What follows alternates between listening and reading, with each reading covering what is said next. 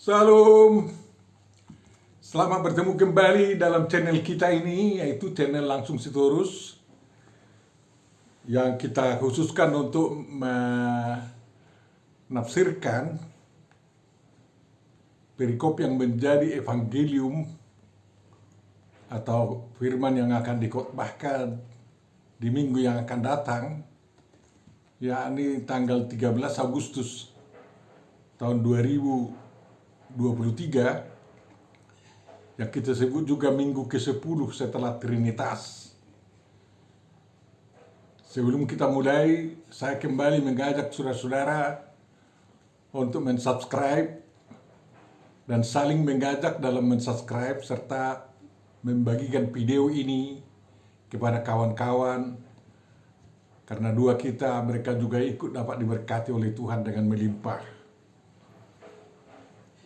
Untuk memulai perenungan kita, mari kita terima penyertaan dari Tuhan kita. Anugerah dari Tuhan kita Yesus Kristus, kasih setia Allah Bapa dan persekutuan Roh Kudus menyertai kamu sekalian. Amin. Firman yang akan kita renungkan, Bapak Ibu Saudara-saudaraku yang terkasih, yakni Kitab Kejadian pasal 39 ayat 1 sampai 5. Marilah kita baca dulu apa yang diberitakan di sana. Adapun Yusuf telah dibawa ke Mesir, dan Potifar, seorang Mesir, pegawai istana Firaun, kepala pengawal raja, membeli dia dari tangan orang Ismail yang telah membawa dia ke situ.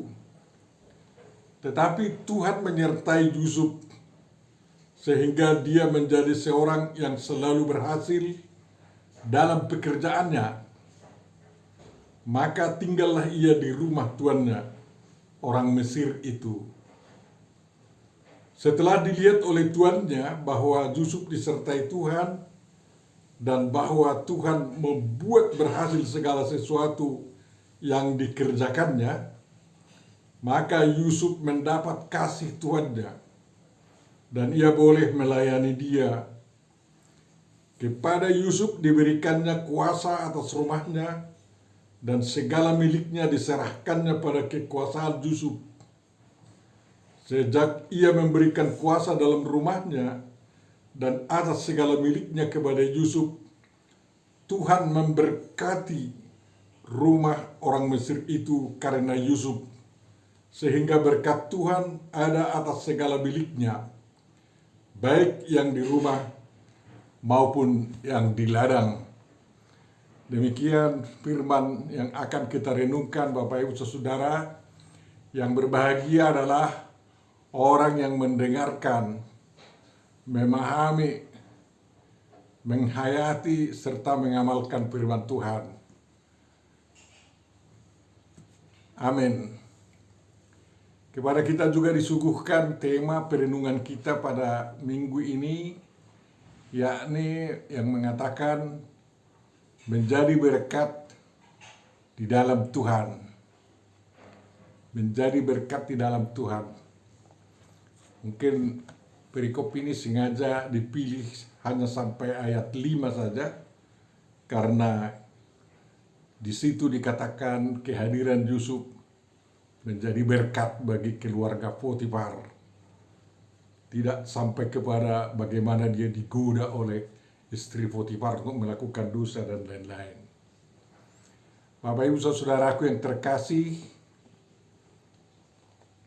tentu saja kita mengingat apa janji Tuhan kepada Abraham sewaktu dia dipanggil dari tanah kakek moyangnya, yaitu dari Ur Kasdim, kemudian bersama ayahnya sampai ke Haran, dan dari Haran dia meneruskan perjalanannya ke tanah Kanaan. Yang terutama dalam Kejadian 12, kita tahu di sana adalah bahwa Tuhan akan memberkati Abraham dan keturunannya, dan keturunan-keturunannya itu akan menjadi berkat siapa yang memberkati mereka akan diberkati oleh Tuhan, dan siapa yang mengutuki mereka akan dikutuk oleh Tuhan. Dan kemudian kisah Yusuf dan pindahnya Yakub bersama anak-anaknya ke Mesir, dan bagaimana orang Israel hidup di Mesir 400 tahun lamanya, menjadi salah satu kisah untuk memberitahu bagaimana janji Tuhan kepada Abraham itu dipenuhi. Bagaimana keturunan Abraham itu menjadi berkat dan memberkati orang yang baik-baik kepada mereka. Jadi aku akan memberkati orang-orang yang memberkati engkau, kata Tuhan kepada Abraham, dan mengutuk orang-orang yang mengutuk engkau, dan olehmu semua kaum di muka bumi akan mendapat berkat. Memang sejarah atau biografi daripada Yusuf itu sangat-sangat memprihatinkan kita, menarik untuk didramakan juga. Dia seorang anak yang dimanjakan ayahnya, sampai 10 saudaranya yang lain selain Benjamin cemburu terhadap dia. Mengapa ya mereka Yakub itu sedikit lebih perhatian kepada Yusuf tersebut? Mengapa Yusuf itu menjadi anak kesayangan? 10 anak Yakub yang lain ya mencari nafkah, menggembalakan kambing domba agar ada hidup mereka. Dan memang Tuhan, dari kisah itu kita tahu Tuhan mempersiapkan Yusuf, keturunan Abraham, Ishak dan Yakub itu dipersiapkan menjadi pembuka berkat bagi bangsa-bangsa yang lain. Dia memang diberitakan telah meninggal kepada Yakub oleh 10 saudaranya yang bersekongkol untuk membunuh dia, tetapi tidak jadi dibunuh, dimasukkan di perigi yang kering, lalu diambil lagi dan dijual kepada orang-orang Ismail agar bisa menjadi budak mereka. Kita tidak tahu berapa harganya itu dijual. Entah 30 perak waktu seperti Judas Iskariot menjual Tuhan Yesus, tidak tahu kita. Tapi begitulah orang bersaudara kalau sudah dikuasai oleh iri hati dan kecemburuan. Makanya salah satu sifat Tuhan itu cemburu, iri hati, jangan ditiru oleh orang manusia. Memang Tuhan kita itu adalah Tuhan yang cemburu, tetapi para pengikutnya, penyembahnya, tidak diperkenankan Tuhan menjadi orang-orang yang cemburu terhadap sesamanya. Hanya Tuhan yang bisa cemburu, yang lainnya tidak boleh. Dan kalau manusia dikuasai oleh kecemburuan terhadap sesamanya, ada usaha-usaha pembunuhan, Bapak Ibu Saudaraku yang terkasih. Kita lihat misalnya Kain yang cemburu melihat adiknya Habil karena merasa bahwa persembahannya tidak disambut oleh Tuhan, padahal persembahan Habil itu disambut oleh Tuhan. Lalu Kain cemburu melihat Habil, dan akhirnya kecemburuan itu memuncak pada tindakan Kain membunuh adiknya. Untunglah Tuhan mengingatkan Kain agar dia sadar akan dosanya. Bapak Ibu Saudaraku yang terkasih, sampai sekarang pun manusia tidak diperkenankan oleh Tuhan saling cemburu. Kalau ada yang saling mengkafir-kafirkan, itu tanda kecemburuan itu. Kalau ada manusia yang saling menjelek-jelekkan dalam keagamaan atau dalam budaya, itu pertanda ada iri hati dan kecemburuan itu. Dan kalau dibiarkan terus kecemburuan sedemikian, menguasai diri manusia, maka bisa saja perang antar penganut agama yang berbeda bisa meletus dan bunuh-membunuh atas nama agama dilegalkan oleh mereka. Padahal Tuhan tidak menyuruh mereka demikian, ya.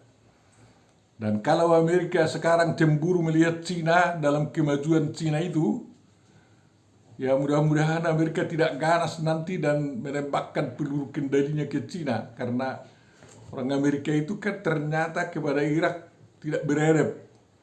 Tuduhan-tuduhan palsu dibikin alasannya untuk menyerbu Irak, menyerbu Libya. Padahal maksudnya agar Amerika itu bisa menguasai sumber minyak mereka. Jahat kali memang kecemburuan itu, ya. Makanya Bapak Ibu saudaraku yang terkasih, selaku pengikut Kristus, kita harus membersihkan diri kita dari rasa cemburu, rasa iri, dan jadilah menjadi orang yang menjadi berkat bagi orang lain. Makanya Tuhan Yesus mengajarkan, berdoalah bagi orang yang membenci kamu, agar kebenciannya lenyap. Dan berkatilah orang yang menjadi musuhmu, sehingga permusuhan itu terhapus. Dan damai sejahtera dari Tuhan dapat dinikmati oleh semua pihak. Yang cemburu tidak lagi mencemburui, yang dicemburui juga tidak lagi berlaku untuk dicemburui. Bapak Ibu saudaraku yang terkasih, lihatlah tindakan-tindakan berikut daripada saudara-saudara Yusuf ini. Mereka mengambil Yusuf dari perigi itu hanya karena mau cinta uang. Dan itu cara Tuhan melindungi Yusuf juga. Mari kita ambil Yusuf itu dari lubang itu, lebih baik kita jual dia karena ada uang kita, katanya. Kepada orang tua kita kirimkan baju yang cantiknya ini, kita lumuri dengan darah dan katakan berita hoax bahwa Yusuf telah dicawik-cawik oleh harimau gurun dan mati, inilah pakaiannya, katanya. Banyak sekali cara-cara orang untuk menutupi dosanya padahal tidak bisa. Yang didorong oleh kecemburuan itu, dosa berarti buraklah itu, semakin menjadi-jadi dosa karena kecemburuan.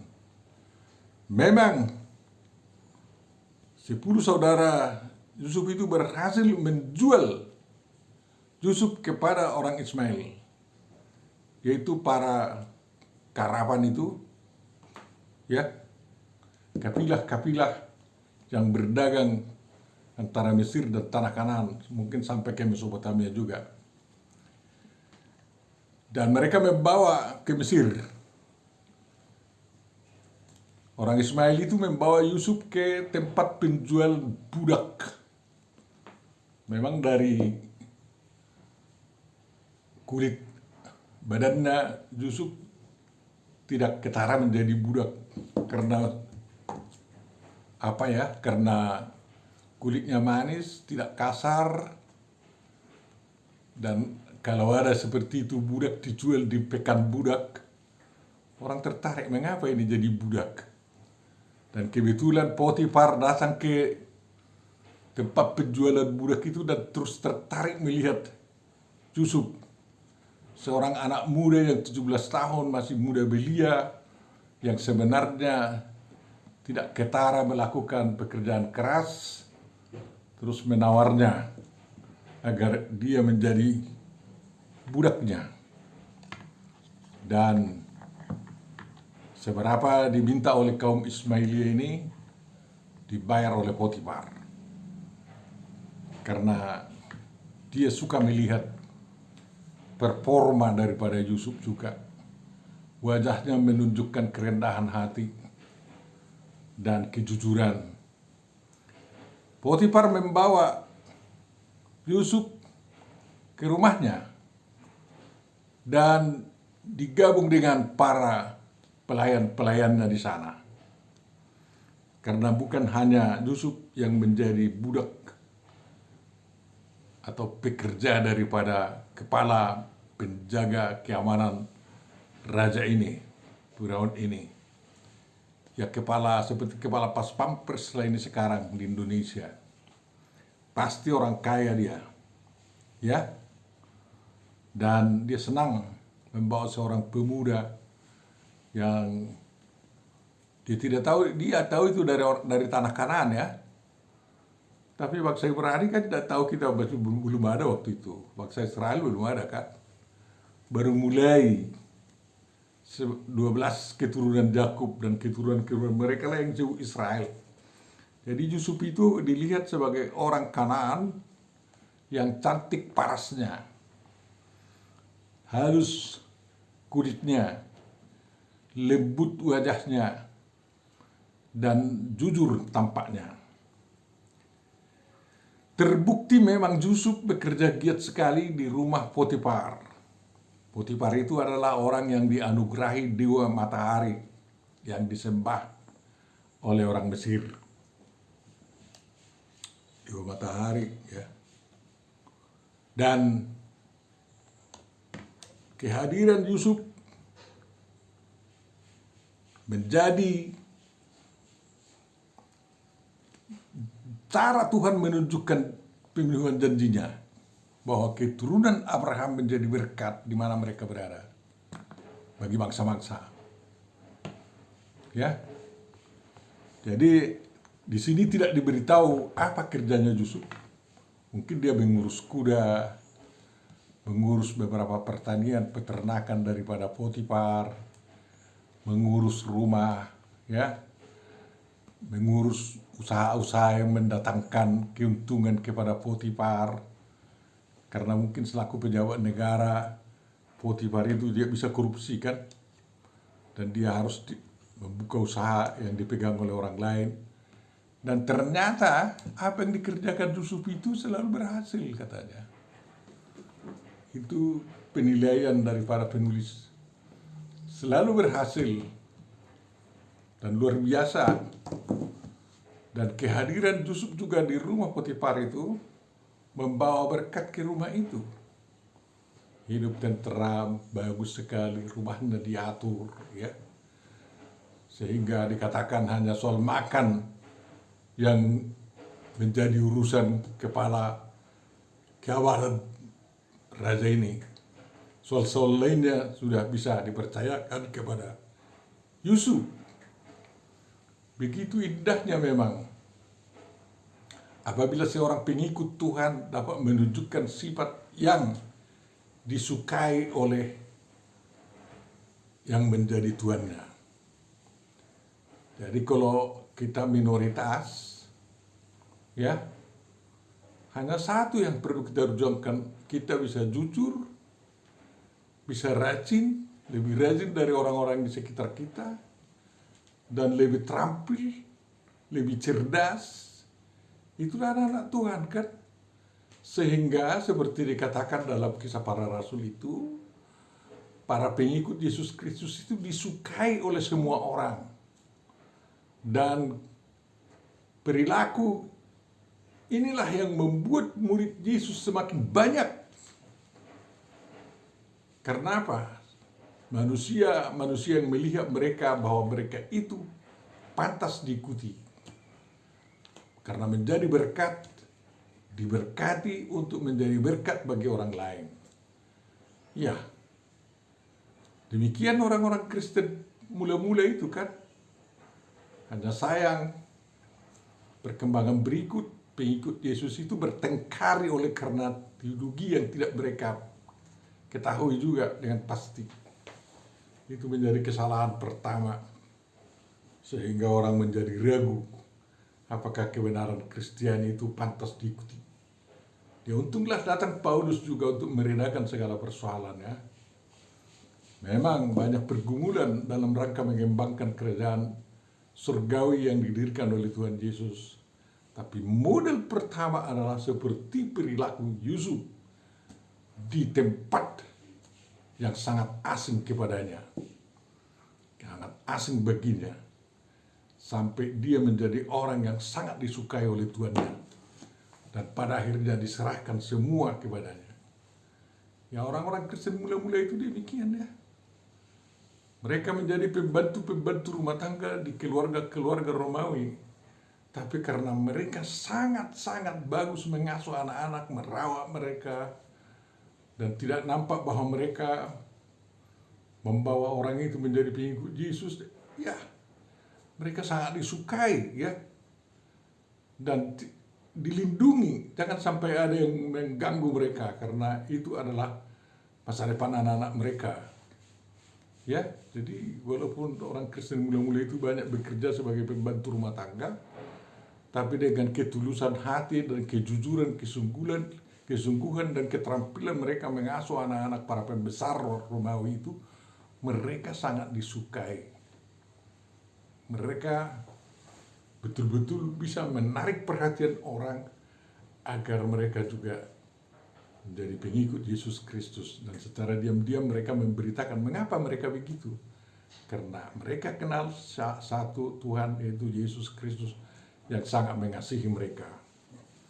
Alhasil apa? Di sini kita tidak perlu merembes dulu kepada cerita yang dialami oleh Yusuf dalam berita berikutnya ya. Ya, kehadiran Yusuf itu membawa berkat pada keluarga Potifar. Kehadiran Yusuf itu.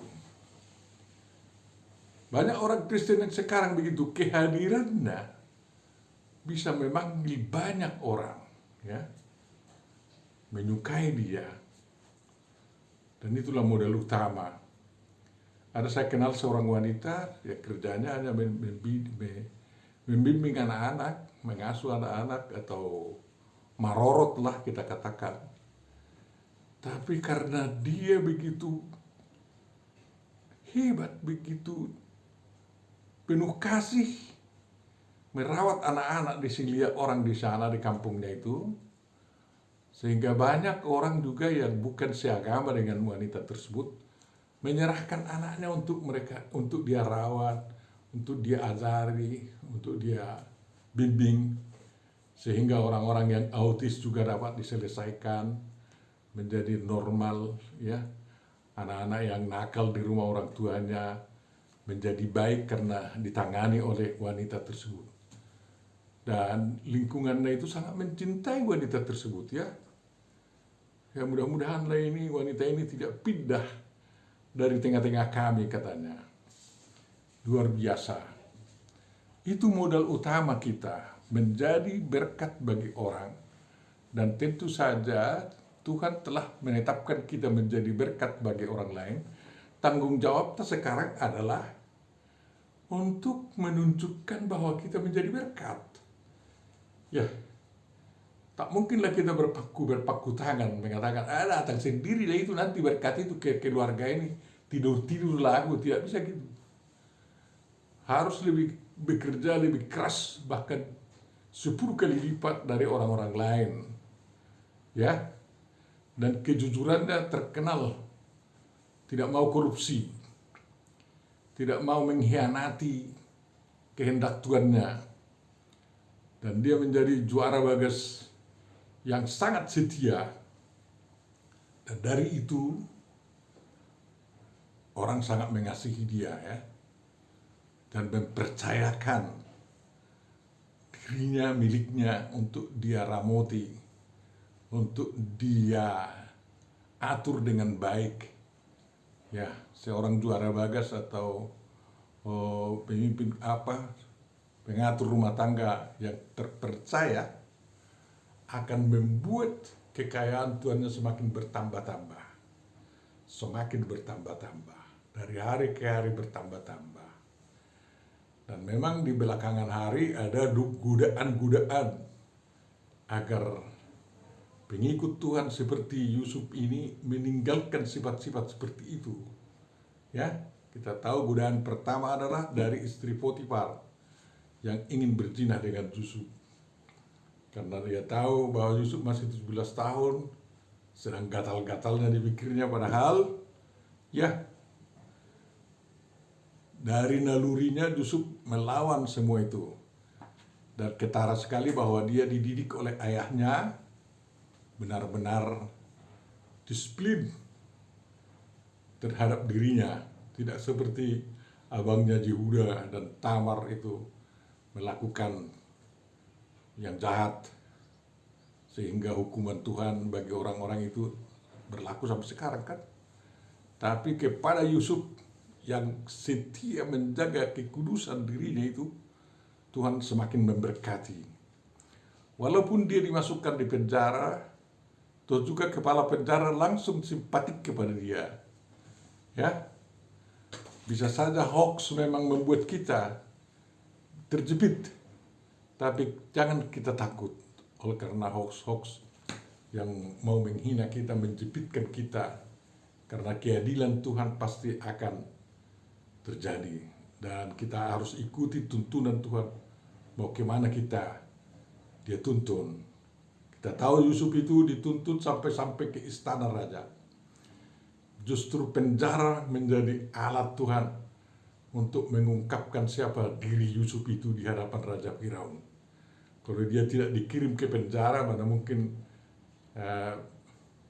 pegawai istana itu berkenalan dengan Yusuf, bukan? Karena mereka didakwa mau meracuni Raja Firaun kan. Dan ada ilmu yang dimiliki oleh Yusuf, ya. Jadi bukan hanya ilmu menjadi pengatur rumah tangga yang sangat cerdas, yang sangat bagus, sangat jujur. Bukan hanya mengatur usaha-usaha agar beruntung, tapi dia juga punya pengetahuan batiniah yang betul-betul dia abdikan kepada Tuhan. Dan pengetahuan batiniah, imaniah inilah yang menuntun dia dapat mengetahui apa arti daripada mimpi Firaun tersebut. Dan pada akhirnya mimpi itulah yang membuat dia menjadi pembesar, yang menjadi tangan kanan Firaun. Tidak ada lagi di atasnya selain Firaun sendiri. Dan di sanalah Yusuf menunjukkan bahwa dirinya benar-benar sebagai keturunan Abraham, berkat yang melimpah bagi seluruh penduduk Mesir dan termasuk bagi saudara-saudaranya dan ayahnya Yakub. Ya. Dan pada akhirnya Yusuf kan memanggil ayahnya dan 11 saudaranya itu lagi. Ke-12 adalah Dina saudarinya, datang ke Mesir dan hidup di Gosen, di tanah subur di Mesir, kan kayak gitu. Dan mereka dikasihi oleh orang-orang Mesir waktu itu. Ya. Dan pada waktu itulah keturunan Semit di Hiksos menjadi penguasa di Mesir. Dan kehadiran Yusuf dalam kekuasaan membuat orang Mesir atau negara Mesir menjadi lolos dari musim paceklik yang luar biasa panjangnya, karena Yusuf telah menuntun bangsa Mesir betul-betul mempergunakan musim berkelimpahan sebelum paceklik itu datang untuk menjawab paceklik yang akan datang. Jadi Tuhan memberkati kita. Dan Tuhan sudah menyediakan kita sebagai umatnya menjadi orang-orang yang diberkati. Dan kiranya kita terus mengoreksi diri kita apakah memang kehadiran kita di negara ini, kehadiran kita di daerah kita, kehadiran gereja kita di tempat kita benar-benar menjadi berkat bagi sekitar kita, bagi rumah kita, bagi orang lain. Kalau belum menjadi berkat dan membawa berkat, kita harus berani mengevaluasi diri dan mengatakan, Tuhan, ingatlah janjimu kepada kami, bangsa yang mengasihimu. Berkatilah kami dan jadikan kami menjadi berkat bagi orang-orang di sekitar kami, di negara kami, di daerah kami. Itulah cita-cita kita. Amin. Bapa Surgawi, terima kasih firman-Mu telah mengungkap hati kami agar kami mengetahui bahwa Kami adalah orang yang Kau persiapkan menjadi berkat bagi orang lain. Sama seperti Yusuf, Kau persiapkan menjadi berkat pertama bagi keluarga Potifar, kemudian bagi kawan-kawannya sepenjara, dan selanjutnya bagi negara Mesir yang dipimpin oleh Firaun atasannya. Banyak tugas kami yang harus kami lakukan Tuhan, dan jauhkanlah rasa cemburu dari kami, rasa iri hati, karena itu tidak menyehatkan iman kami kepadamu.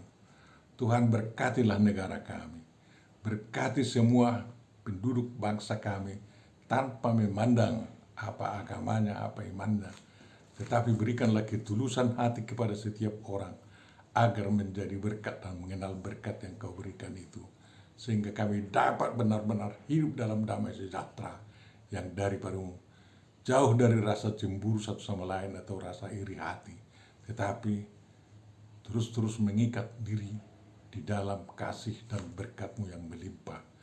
Sempurnakan doa kami Tuhan, dan kabulkanlah itu dalam Yesus Kristus Tuhan dan Juru Selamat kami. Amin.